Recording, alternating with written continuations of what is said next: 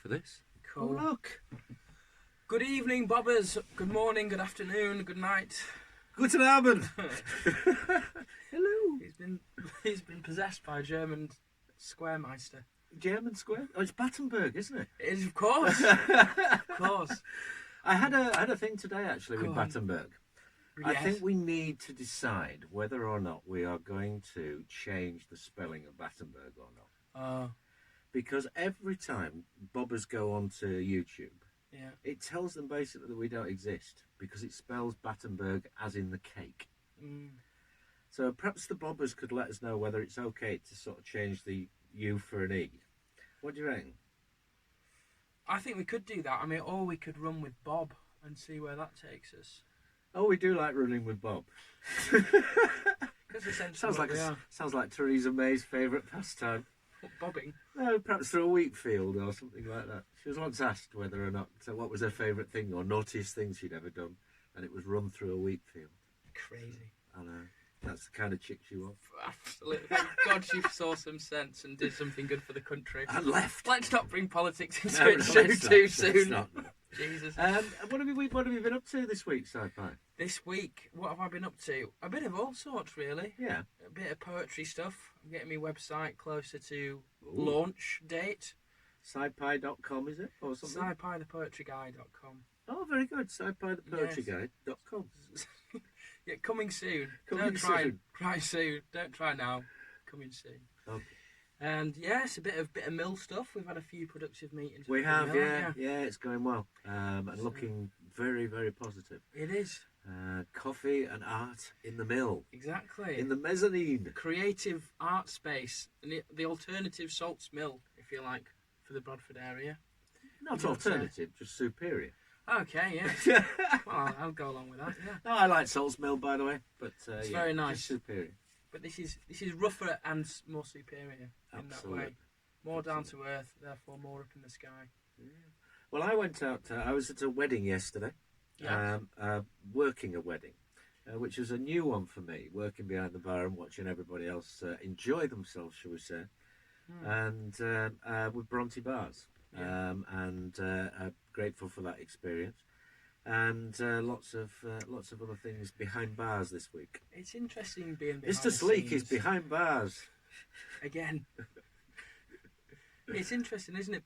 Weddings behind the scenes. I've done it a couple of times Have myself. You see, you look like a fly on the wall, aren't you, with these things? Yeah, and it is. It's good. It's good. Most of it is really, really positive. But watching the dynamics between the various groups and various families is also quite interesting. It is. As well. It's great when you've done a few, because then you can compare and contrast the different weddings that go on. Yeah. A good wedding, always a good thing. Nice one. Absolutely. So, Sci-Fi the Poetry Guy, Yes. what is your first square this week? Am I going first, am I? Oh yes, please. And I suppose a little preamble. We normally do it, so we haven't done a show for a couple of weeks. We haven't. I don't know your subjects. You don't know mine. Oh, yes, quite right. We have 2 subjects each. Or 4 squares, if you like. Make up the Battenberg. They do. A slice of Battenberg is one whole show. So, my first square this week is eggs. Eggs. Yes. Earth. See, I know that you'll probably not be as surprised as you have been in the past by that choice for me, potentially. Because I've been working a lot with eggs. How do you like them? How do I like them? How do you like eggs in the morning? I like... Fertilised. Absolutely, yes. Pro-life. Pro-life. How do I like them? Fried and boiled. All sorts of ways. But I thought I'd bring eggs because they're very important things. They are the kernels of life, are they not? Are they? Well, they Not are. for everybody. Well, plants, I guess, but everyone comes from an egg of sorts, isn't it? Oh, I see from that perspective. Yeah. The start of life being the egg, Yes. rather than a foodstuff. Yeah, absolutely. Yeah, I mean, we do love eggs, don't we? I mean, there's a huge amount of eggs. I can't remember the statistic off the top of my head. Please do. I know, but it is in the billions, I believe, of eggs. No, it's not. It's millions of eggs that we consume in this country. Oh, it must be billions, I would think. Eggs are in everything. Yeah, they are. I think it averaged out. No, it must be, because I think it averaged out about roughly 2 or 3 eggs a day per person if you go through everything. And there's 70 million of us. So that's a lot of eggs. Well, I think you'd have to go through at least one a day, wouldn't you? Yeah. On average? On average, but obviously some people have more, some people have less. But as you say, you can't get away from them. Cakes, biscuits. That's trillions, not billions. Yes. Well, that's just on one egg. It's a lot. We get through a lot of eggs. We do, yeah. And I thought, what the biggest realisation for me with eggs is I'm actually far more grateful to the chicken than I've ever been in my life. After this experience, to get one in there already. There won't be many, don't worry. I'll leave that to him. You're getting more eccentric every week. Oh, here we go. It took him quicker than a Formula 1 car off the blocks there. Powered by Shell, of course. Oh, God's sake. Please, put a lid. Okay, Where's the lid? Where's the lid? Let's go. Yeah, chickens do these wonderful things for us, don't they? They lay these incredibly nutritious, protein-rich sources of food. And then a lot of the time we go and kill them. Well, isn't that the sad bit, that they don't lay them for us at all? Do you think it's sad they should lay more eggs for us? I don't think they lay them for us. The chickens sort of get together and plan how many they could lay for us so that they can support the human race. No, I wouldn't. Of course, I don't believe that they're doing it for us. Obviously, they don't have a choice in the matter. However, the fact is that we do benefit from them, and therefore very high levels of protein, for example. Yes, and I don't know. I just thought, as potentially using eggs in a way to make a living, it suddenly became quite apparent to me that putting chicken, the meat, within an egg-based product is like it's just the wrong way around. I don't know. Is that the original? What came first? Yeah, the chicken or the egg? Well, I don't know. I mean, I haven't given up chicken. I can't say it's bothered me that much. I'm not abstaining still, but yeah, I've got more appreciation for the egg at the moment, and therefore more appreciation of its maker. It has a wonderful simplicity in the way that we see the egg, isn't it? On the grounds that the eggs that we normally see are hens' eggs, and they're unfertilised eggs. So essentially, they will be. Oh, I don't know whether they are unfertilised eggs. If you leave them long enough in the right circumstances, they are fertilised, aren't they? No. The hen, the cock, has to fertilise the eggs. Yeah. You can't get a chicken inside it once it's made. It's made. It's either fertilised or not. I think I should go back to year 3, perhaps. Well, you're still on about. I'm still confused about which came first, the chicken or the egg. We could potentially procreate with chickens according to DNA by Mr. Sleek. Well, that's right. They are very close to us. 65%. Yeah. But not as close as bonobos. Exactly. Yes. So the egg is high in cholesterol. That's something else I learnt in the last couple of weeks. Yes, they are. They are. You have to be a little bit careful not to have too many of them. Absolutely. If you're having more than 2 a day, then you are pushing your cholesterol count on average. Apparently. Okay. For yeah. So we've got to be wary, but they are incredibly rich in things like RNA, which is helped to make chromosome or DNA. Yeah. And I think it's something called filetine or something like that. Or filetine? Yeah, filetine. I should massively get fact checked on that one. That's definitely not how you say it, but it's something that's incredibly essential for the repairing and maintenance of the body. Is found in eggs. And I've also been watching some. So it helps us on a cellular basis, if you like. So the early form of the chicken, if you like, in the egg and so on, actually helps us to grow physiologically and from a cellular basis. Yeah, well, as far as I'm aware, the protein in eggs is 100% protein. There's about 9 different kinds of protein. I think it's 7 or 9 that we need to complete a whole strand of protein that we need to that can repair our body. It's like a mushroom's got a little bit, nuts have got another little bit, rice, whatever, they've all got little bits. So the nutritional basis is rounded by the egg. It's got it's a jigsaw piece each, but egg and meat or milk, any animal products basically have 100% protein, so you don't need to mix and match, if you like, to get that complete protein from an egg. So again, that's, it's just like for like in that way. Very good. One of my favourite ever TV shows was about an egg. Go on. And it was, I don't know if you ever saw it, Mork and Mindy. Oh, with Robin Robin Williams. Robin Williams, yeah. I've seen And snippets. his spaceship was an egg. Oh, right. And the egg used to open up, and he go nano nano. Yeah, yeah. That was quite good, that, wasn't it? Yeah. Robin Williams impressions. Nano nano.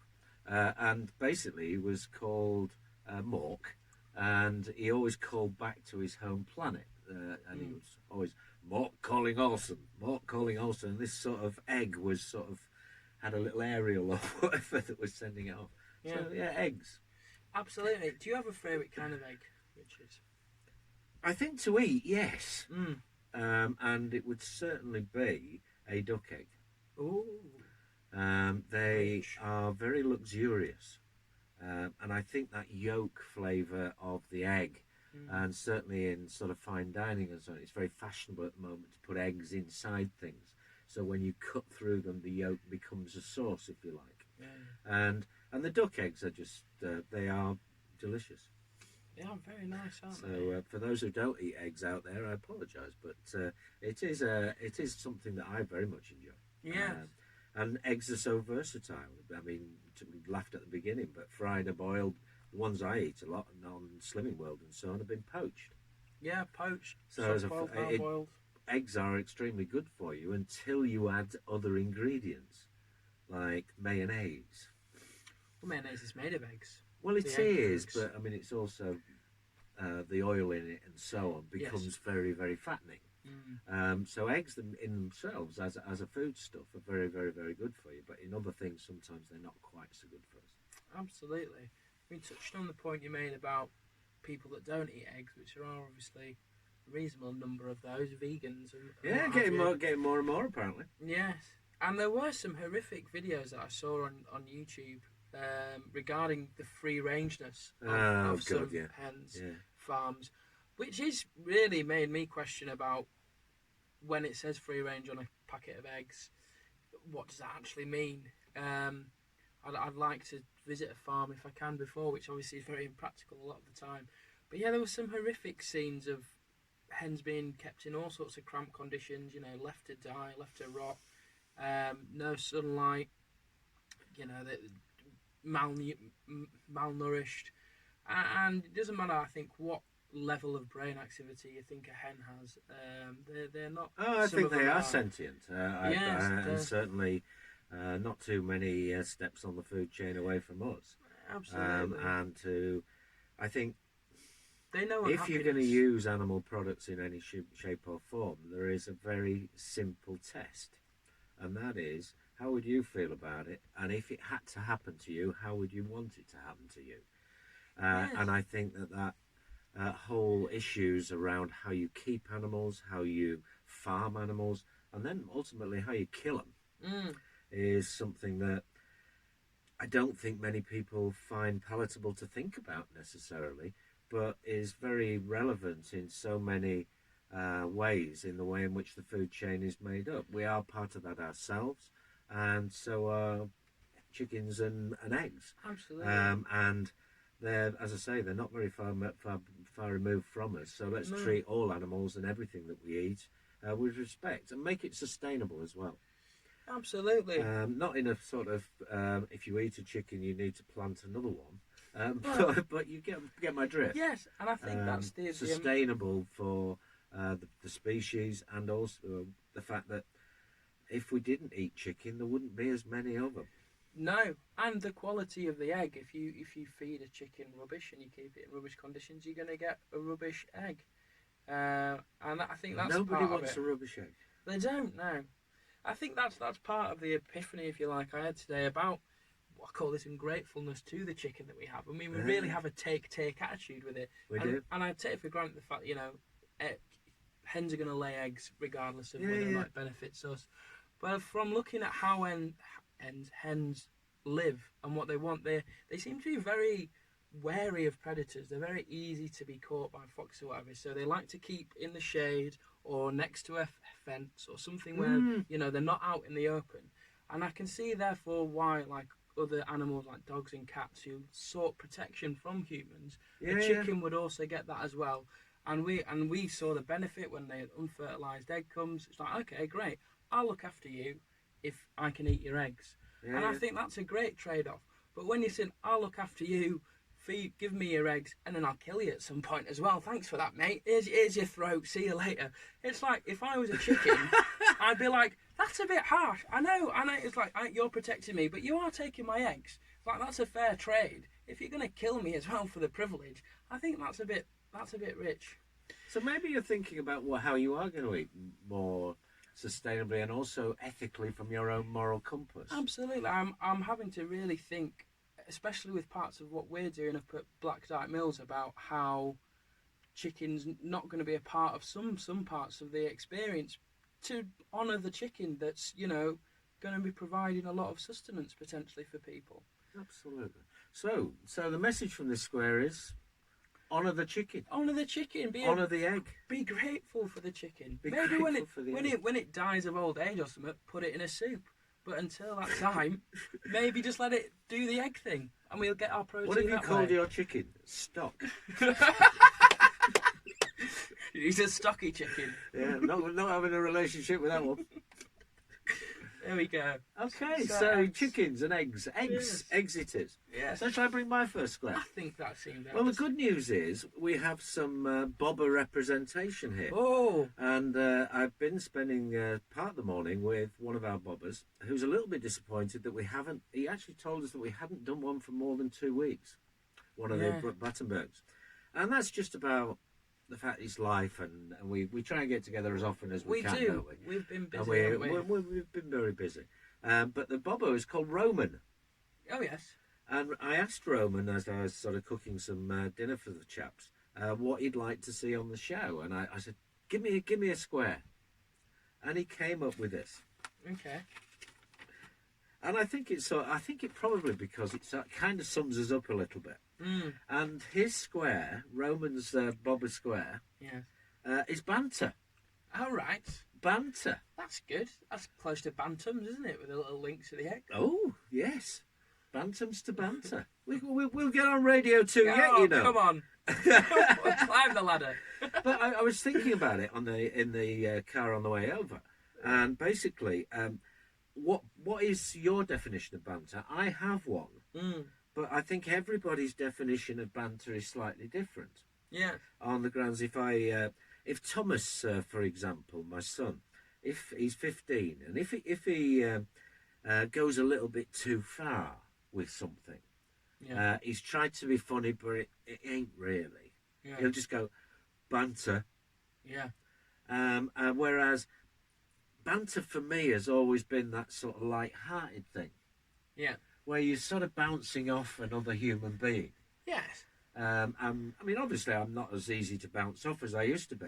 Yeah, you get impaled on there. I mean, yeah, we can get us both in the same shot now. These are all his jokes, not mine. No, it's not a joke. It's bloody true. I'd be out here, but as I was. I know. But yeah, banter, and I wanted to sort of. I mean, I have on Facebook and so on. I'm a member of certain groups that membership may be relatively short-lived. Right. And many people get upset by things that you and I might find funny. Yes, that's true. And I wanted to sort of explore whether or not banter was a right. Oh, well, banter is subjective, isn't it? It's comedy. It involves comedy, and comedy is this subjective. show is very subjective. I've got to tell you. Absolutely, love us or hate us, we do what we do. Yeah, I mean, banter, as you've quite rightly pointed out, for me does involve comedy, lightheartedness, and that can take many forms and is subjective from one human being to the next. So it very much depends on the level of familiarity I think you have with somebody in order to get a level of banter. You can have light-hearted banter with people. For me, it takes on jibing at somebody, poking fun in a harmless fashion. It's not meant to be insulting or aggressive or intimidating. It's just it's a humorous thing between two friends, where you say things that other people you certainly don't like or have a good relationship with. You can't have banter by definition with someone that you don't get on with. Oh, I'm not sure. I'm not sure you can't. I think that. I think it's almost a form of antagonism with some people that they feed off. Yeah. So if someone has a go at you, that's actually exactly what they want. Oh, I'm having a go back here. But for me, as I say, it's not about that. It's more about the building of friendships, if you like. Yeah. It's that glue that, as you rightly say, makes that relationship. I mean, in terms of banter, I've noticed where when we're together and we've got other people around us now, we know each other pretty well now after doing all this nonsense for so long. Yeah. And they almost feel left out. Possibly. Yeah. And I think banter does exclude those that aren't around them. It can do, yes. And can become a bit cliquey. We've got to be careful not to be a clique. Two-man clique. We're a clique. Brother clique. But there's a fishing site on Facebook, and it is the most barbed. And that's a good fish. That's not even a meant fishing joke, but it is the most barbed of sites. And I shudder at some of it.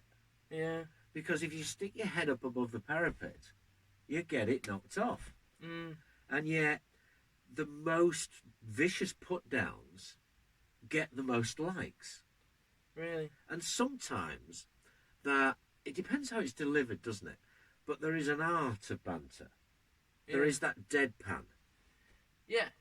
Where you sort of, I mean, you might say something. I don't know. I'm trying to think of something vicious to say to you.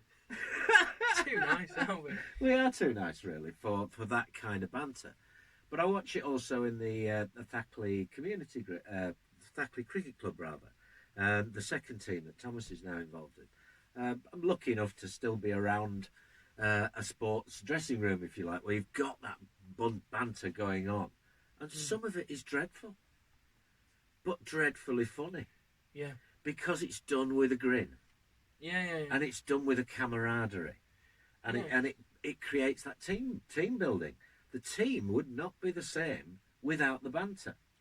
I think that's people they say about sports teams or work colleagues. People don't necessarily miss the job or the sport; they miss the banter. That's what they say, isn't it? They miss the day-to-day joking, taking the mickey on a day-to-day basis, which is that reflects the closeness you are with someone. If someone can take the mickey and you laugh in return, then that's an unsaid thing that you're all right with me. I'm secure with you. I know you're not going to harm me. Absolutely. There was the most famous of football teams, of course, Wimbledon. Yeah. And their crazy gang. What, with Vinnie Jones? Vinnie Jones, Dennis Wise. I mean, Dennis Wise actually became a term in golf.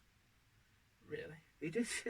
On the grounds, if you had a putt, most putts in golf are about this long. Yeah. And obviously, as they get longer, they get more difficult. Yeah. But you should pot them to sort of 4 feet-ish. Without any great difficulty, as long as you strike it true. When you get a bit further than that, you get a nasty 5-footer, which is known as a Dennis Wise. Right. See, that's the type of banter that they had in that. But I mean, they took it too far in many ways, and yet were highly successful in building a team. They used to, if you left your suit on a peg in the changing room and went to the shower, they'd set light to it. Wow. They'd pinch your shoes and all that kind of stuff. Stuff that would inconvenience you, but create a situation that to those it wasn't happening to, it was very funny. Yes. And in a team, you've generally got to take it in order to give it. Yes. So I think I think the fine line where banter becomes cruel and vicious is when you're not prepared to take it back. Absolutely, and your intention with what you're doing. If you're literally doing it for a joke and to make people laugh, then for me that's banter. If you're actually doing it for simply your own pleasure, and actually you might not even like that person, but for the public arena you're going to label it banter when it's actually bullying or intimidation, then that's the difference. What? You can't take a joke? Yes. When you've just done something really cruel. Set someone's clothes on fire. It's like, well, I'm going to be pretty cold.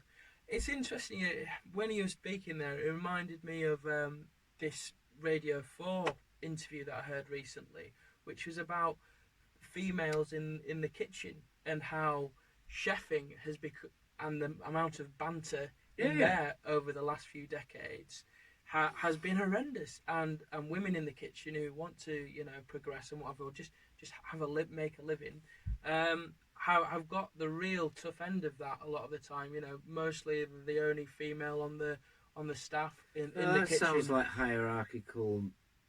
It's toxic masculinity. Toxic masculinity, exactly. And it's yes, and I think it doesn't. It's not just women that are targeting there. I know I've got a friend who was, you know, it's a rite of passage when you're first in the kitchen. You do have that hierarchy, don't you, from pot washer up to head chef. Yeah, yeah. And the amount of trials and tribulations That's where I am at the moment. You and me both. Are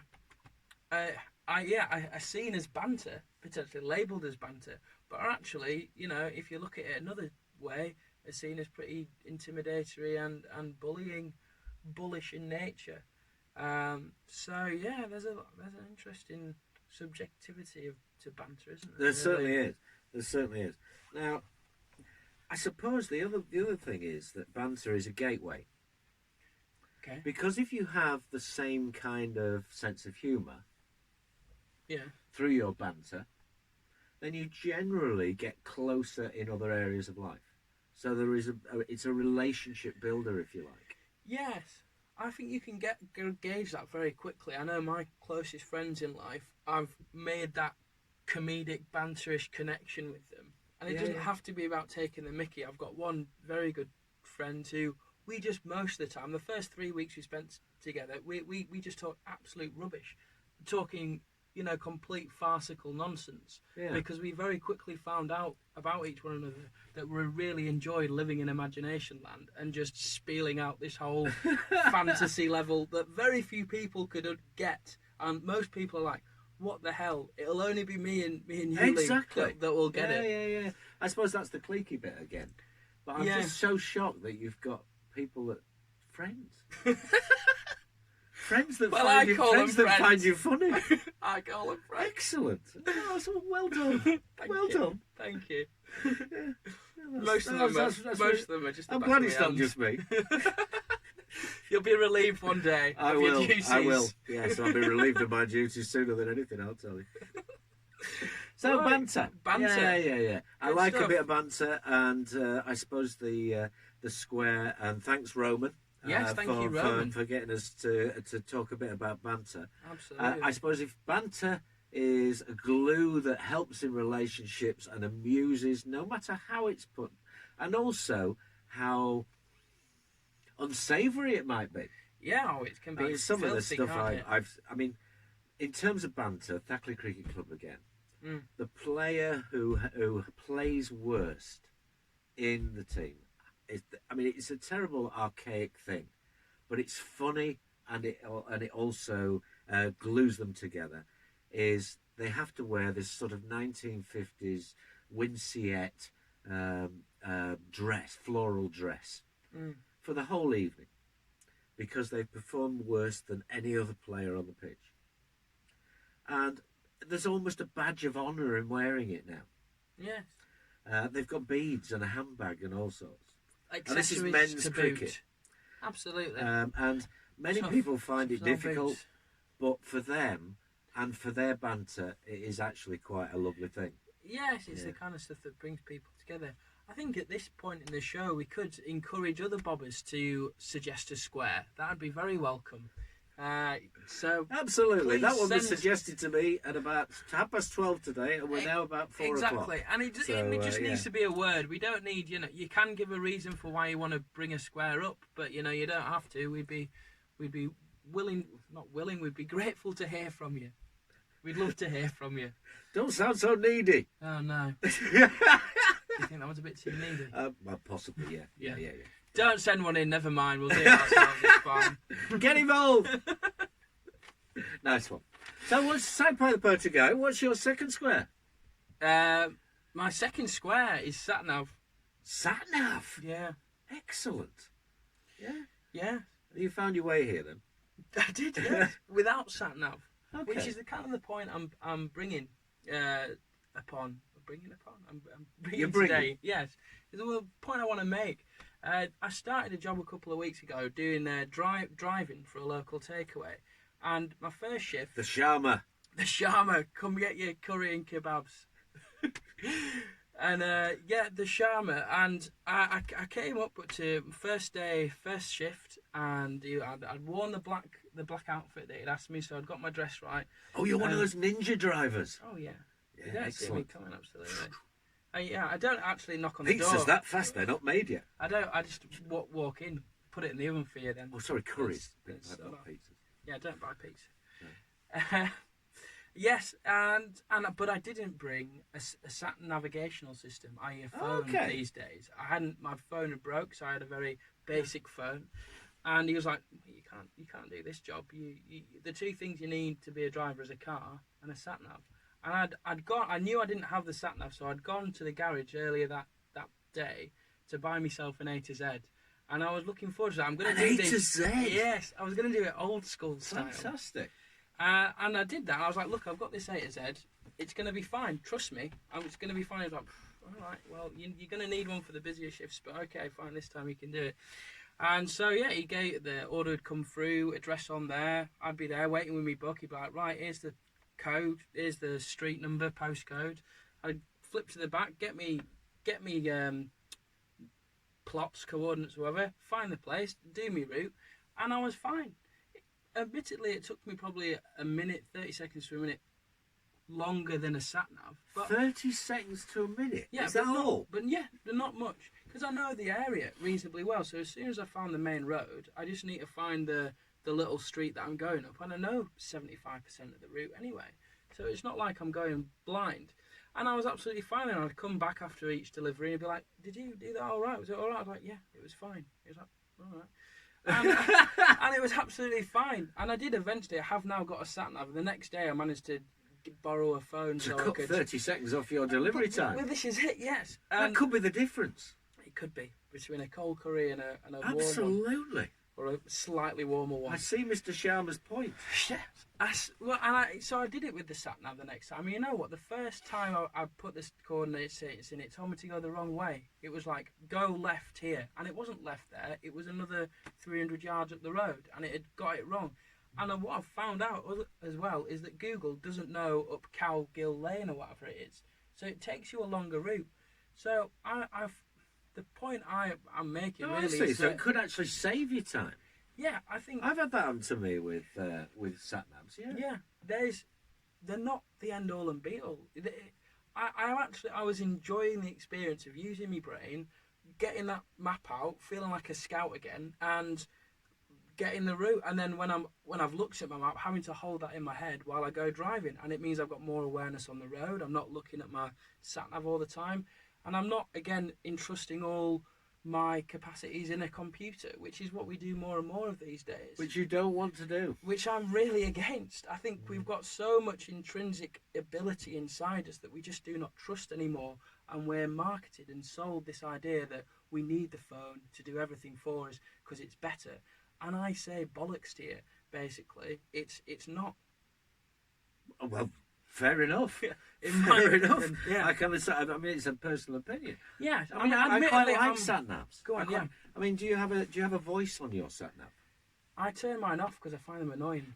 So well, no, you're going to bloody find your way with a sat nav. You read it off the screen. It says on the screen 300 yards, take a left. Oh, okay. You just read that. But isn't that dangerous when you look at your sat nav? Well, you want to listen to music? Yeah, or I just find it annoying. And I've lived in this area. I grew up here, and I don't have to make too many new journeys. Okay. And therefore, I enjoy learning. I feel like if I don't have the sat nav, I learn more of the route myself rather than constantly just it's on the phone, blah blah blah. I'm absent-minded. If you did have a voice on your sat nav, yeah, and you didn't have any music, yeah, what voice would you have? I think Ray Mears. Ray Mears? Yeah. Oh, why? Because he's bushcraft, isn't he? He's very trustworthy. He's trustworthy. He would help you. Yeah, trustworthy. And he's very calm. And he's got great navigational skills, doesn't he? He can find his way out of any woods, I'm sure.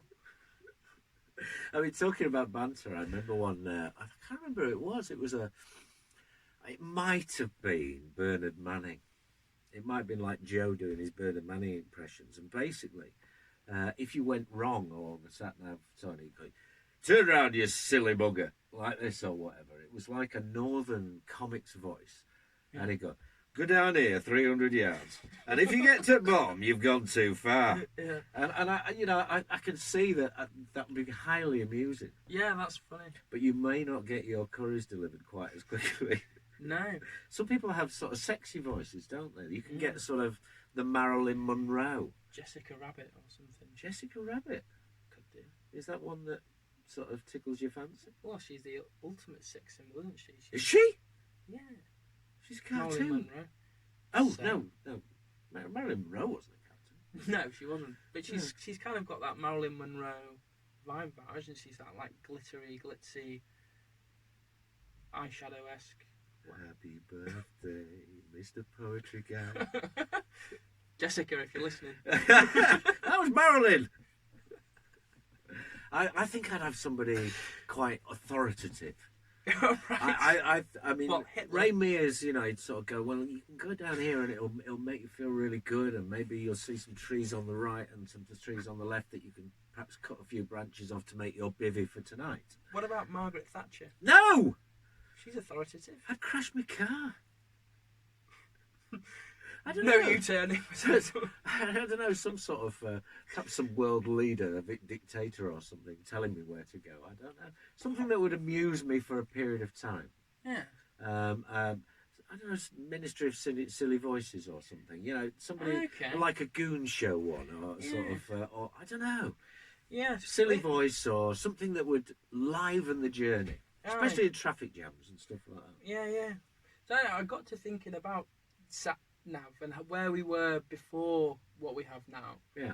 And what we used to do, like with the stars and stuff like that, we used to navigate with the stars a lot, didn't we? That'd take a while to do your curries. It would around here, especially with this weather. Can't We go haven't by had any the stars clouds. for about 2 weeks. No, we haven't. So yeah, well, that's the point, isn't it? Maybe you couldn't travel when there were clouds around. I don't know. I happen to think that you actually would enjoy it more if you did it by the stars. Oh, would you? Perhaps I think maybe for your birthday or something next year, I'll get you a sextant. What's one of them? It's one of those things where they sort of plot the stars in the middle and the guy sticks it to his eye, the brass implements on ships. I think it was the precursor to the sort of marine compass or whatever. Yeah, but well, Plotting your route by the stars. yeah. Well, that's it. We've navigated in all sorts of ways, haven't we, for a long time? Obviously. I mean, the voice thing, though, is, I mean, we have Jessica plays, well, not play, but interacts with Alexa. Oh, yes. So we've got one of those Alexa things. Yeah. And that was criticised this week, or I think it was the end of last week, for essentially, it was pretty petty stuff in my view, but not to some. And that was that because it was a woman's voice that was essentially answering your every whim, there was a sense of the servile about it. And I didn't quite get that, but I think it'd be much better with Alexa. No, everyone's turned on in the street now, by the way. No, all the houses have all got a blue disc in their windows. Okay. Because if you say the word Alexa, I know, yeah. whether it's turned on or off, them will turn on. Yes. And be aware of what your next instruction is going to be. Yes. But I think maybe they should make them a little bit more funny as well, and a bit more flexible. They Maybe you could can be. already, and it's just me. Well, yes. Alexis, she struggles with a few commands, doesn't she? Does she? Which ones? Which ones have you tried with her? Well, yeah. Go and get us a Dirty curry from minds. Sharma. Well, she shouldn't have legs, does she? She's going to struggle with that. But there is, I got one a while ago, and I don't know. I probably only use about 2% of it. I've got the radio on it. Right. There was a thing called TuneIn that I put on for the radio, and that works. And Jessica can have a Capital Radio or whatever. I like it for so, music, yeah. but you can ask. And her Battenberg from SoundCloud, of course. That's it. What I found with the lectures, you have to say things absolutely pitch perfectly. If you stutter or anything, then you're screwed, aren't you? Yeah. And then she'll be like, sorry, I didn't quite catch that, or whatever she says. But she tells you jokes. Oh, yes, she can. Tell me a joke Do you about get the paint newsletter? or whatever. I enjoy the newsletter every week where they tell you about the updates. No. Have you got that? No, is it good? Yeah, they get it every Friday, and they tell you what new features she there's the new commands you can ask her to do something. It's usually got at least one funny thing in Have there. you got too much time on your hands? Oh, loads, loads of time on my hands. Excellent. These thumbs are all they do is twiddle. All they do is twiddle. Yeah, I think that's true of most people's thumbs nowadays. yeah, That's absolutely. for sure. That's for sure. So Satnav. Satnav, yeah. Yeah. Finding our way. The other way that you could do it, of course, is to interact with people on the way. That's the other bit I think that's enjoy. another thing about finding your way. Yes, ask people. Ask people. For directions. It's We're all great. down your way. You couldn't tell us where Exactly what happened to 23 Acacia Gardens is, could you? Exactly. Like Oh, you're in front of it, you pillock. Exactly. They're past the church, not that church. The church after That's it. much more fun, isn't it? Exactly. You know, they did it. There's a study that came out this week about people's engagement on public transport, and even the people that were polled to say or said that they didn't want to speak to people. They enjoyed having their own company. If they actually didn't have a conversation on a train, they were more unhappy than if they got a stranger to have a little chat while you go about your business. And this is what the Satnav, the lack of, Satnav on our phone is again this piece of equipment that allows us to be more absent-minded and less sociable. Do you try your imaginary conversation on trains and stuff like that, like you do with your friends? I talk to the window. You talk to the window? Yeah, mostly. The cows passing by. Oh, lovely. It's amazing what you can see out the window of a train, I'll tell you. All sorts. Yeah, and what's wrong with specialising as well? Like I watched a little. It was a review of the latest TomTom, which obviously was the pre-marker for the Satnav, and has drastically lost sales because of the Android and Apple devices. Is it still going? I don't know. It is. Is it? And they're trying there was desperately. Garmin as well, wasn't there? I don't know. They sponsored Middlesbrough Football Club. Right. Garmin did at one point. But yeah, they're desperately trying to hold on to their niche in the market and say, look, we are going to give you the best sat-nav experience possible.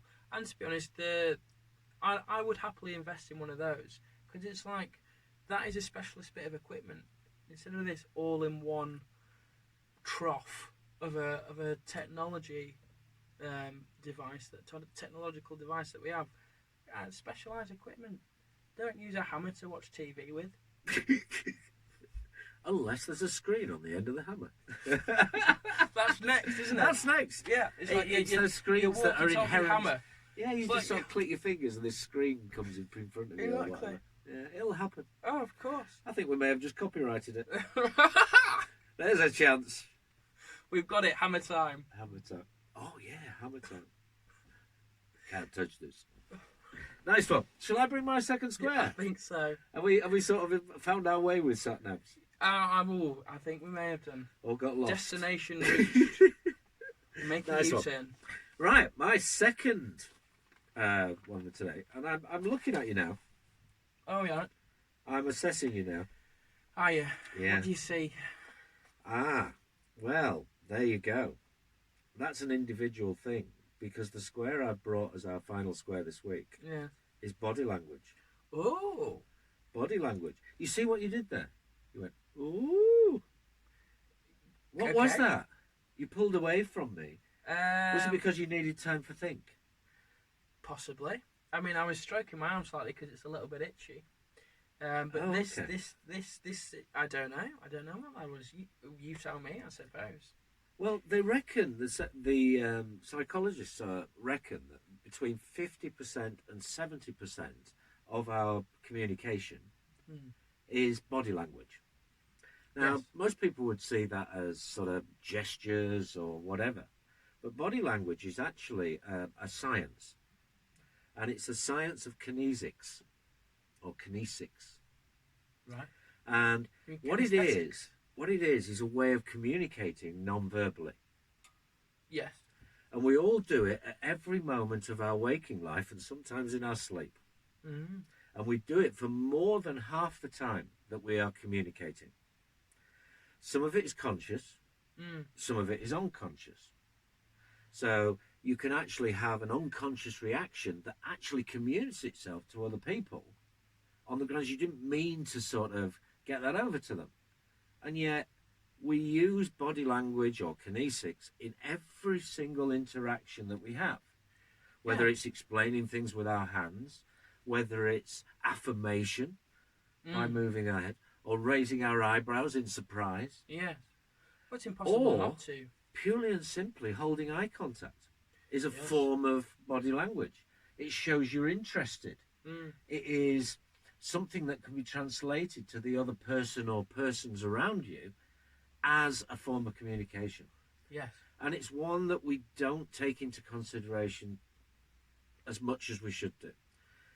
If we are able to sort of communicate in this way, mostly consciously, then surely we can also hone that down. I think it's where the human condition is lagging behind. Most people, and I think that's basically about self-awareness. On the grounds, if somebody walks into a room, you generally know how they're feeling. Yeah. And they say, well, actually, you've just sort of if someone comes into, I don't know, for sake of argument, a very sad occasion, laughing away, or just even smiling, the whole room will turn around and sort of almost frown at them. And both of those are enormously powerful, just as powerful as, shut up, there's something going on here. Absolutely. Because you don't need to be told verbally. No. And in most relationships, my relationships at home and so on, with my kids, with my parents and so on and so forth, just because it ain't said verbally does not mean that it isn't there. No, I mean, there's the classic phrase of actions speak louder than words, don't they? And that would pertain to body language being more powerful. There's some very, very strong presences. I mean, we're relatively strong presences. I touched on that earlier on. There was a situation where we were down in Pica the other day, and we just bounced off each other for about, I don't know, 10, 15 seconds. And I was aware that Pete and Junior and I think, no, I can't remember who else was there, were basically just watching us. Right. Because they felt excluded by that. Okay. And I did that. I picked that up from their body language. Yeah. Just as you can pick up how, I mean, you looked at me first thing, you came when we met about 3/4 of an hour ago or whatever. And I think you knew immediately I was tired. Yeah, pretty good. Well, you were scared. And you also know now when I'm in pain. Yeah. You pick it up, not from me saying anything, but by how I'm holding myself physically, but also often feelings and emotions are stored in the eyes, if you like. Yeah, windows to the soul, absolutely. And you can have a glint that says 1,000 words. You can. You can have an admonishment on a child. I watch various parents, and I've done it myself, where all you need to do as far as a child is concerned is that stare. Yes, to stop and that. That's not on. And I ain't said why it's not on and so on and so forth, but that stare or that looking askance. I mean, that was a verbal communication there where I breathed in.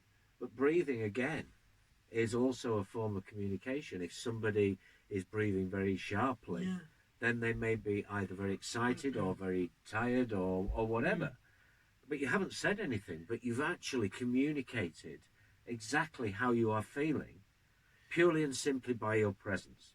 Absolutely. I think body language is extremely underrated in the human condition and how we communicate.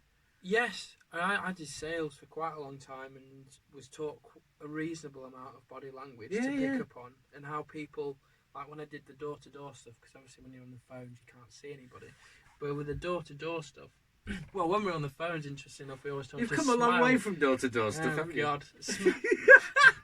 Smile while you dial is what we were told while you were... Smile while you dial? While you're on the phone, because when you smile, you sound happier, and people will be able to pick that up on the phone. Oh, I see. So they'll be able to... And that's the other thing. So you can do body language over the ether? Yeah, of course. But, well, they say it's like this chicken and the egg thing. It's like, what comes first? Your mood or the way you carry yourself? So you say, like, someone who's feeling depressed, will hunch their shoulders. But even they say the act of smiling or raising your shoulders into a more positive position will impact on your mood.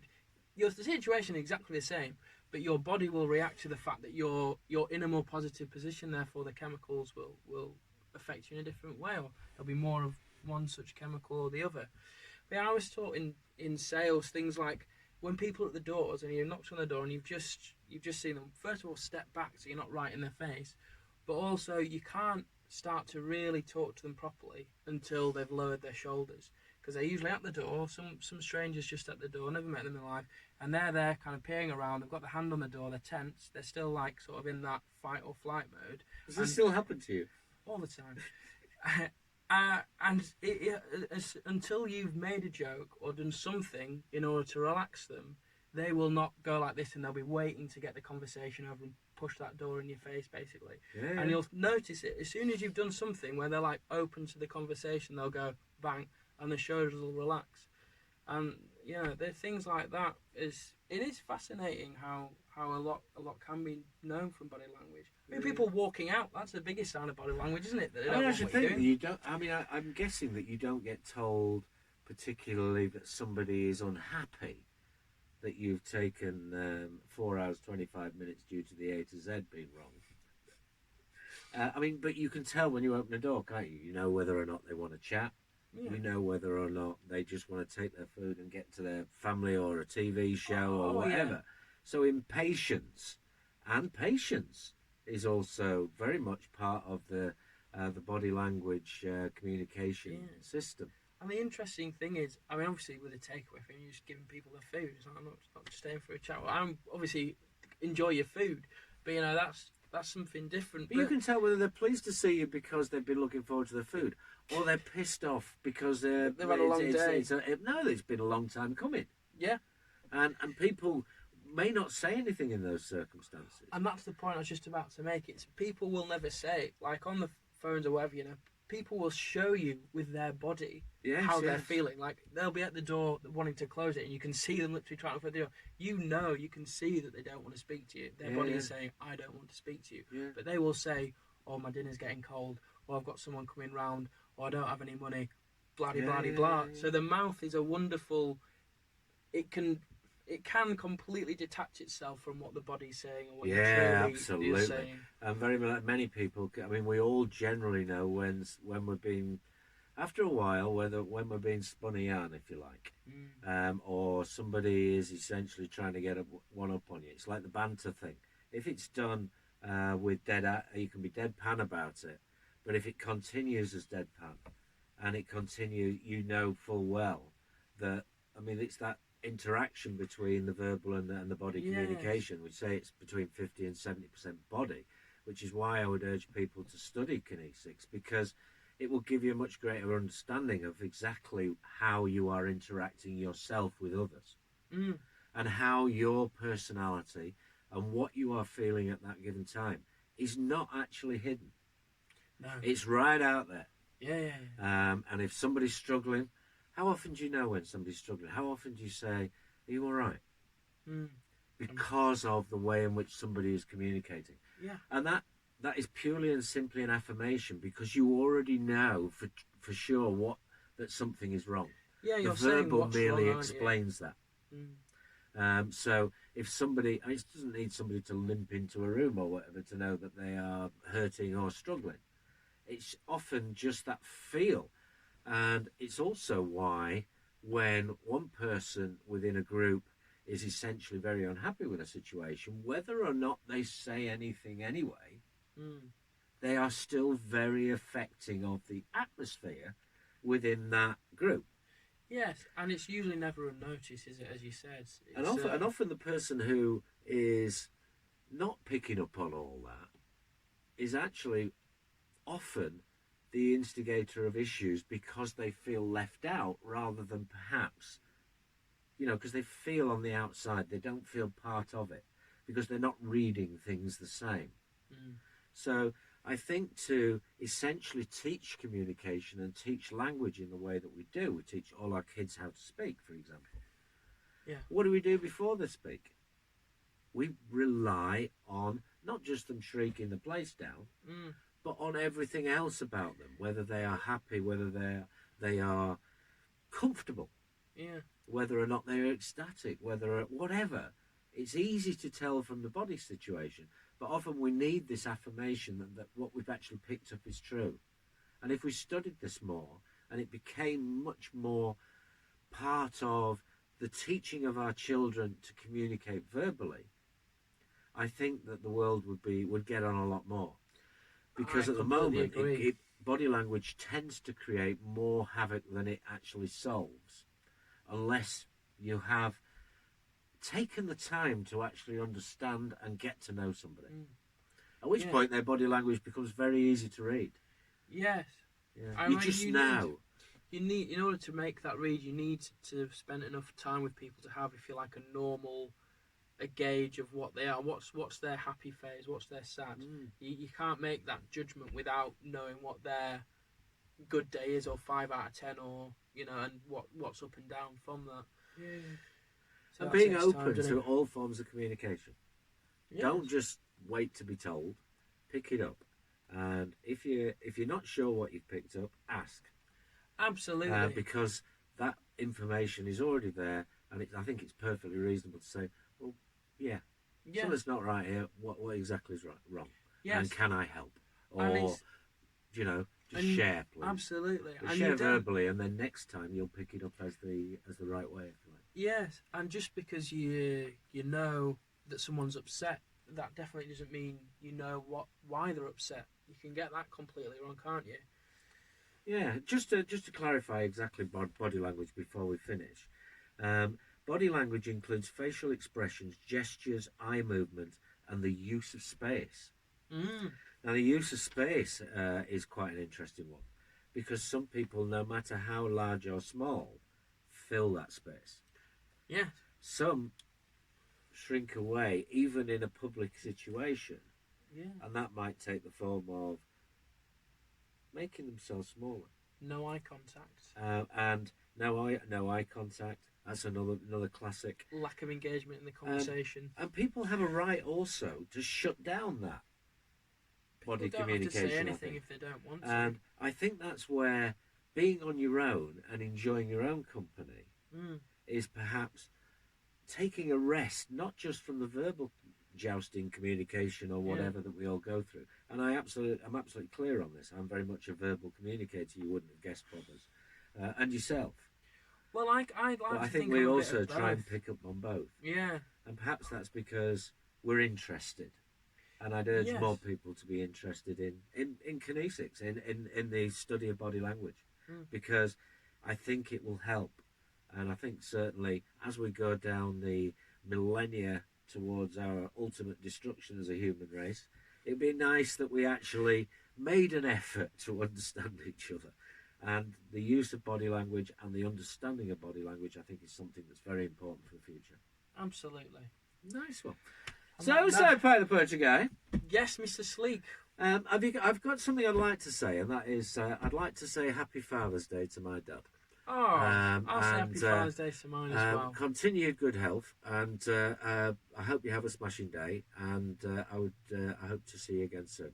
Okay? Yes. Are you going to do the same with your dad? Absolutely, yes. I will see him soon. Yeah. Great dad, and always has been, and I hope. Well, and I'm seeing stay healthy and happy. Yeah. Absolutely. And I hope my kids have got their pocket money. Yeah, you know what I want. You don't need the body language. A Bentley. Get him a Bentley. Convertible. There we go. And not a dinky toy. Right. So, Pay the Poacher Guy. Mr. Sleek. Always enjoyable. Absolutely. I hope you bobbers have enjoyed that. We'll try and make it a little bit less than 2 weeks' time. And also we'll book some live shows. We will. And do give us a square. If you feel like you've got one, let us know. Nice one. That's it.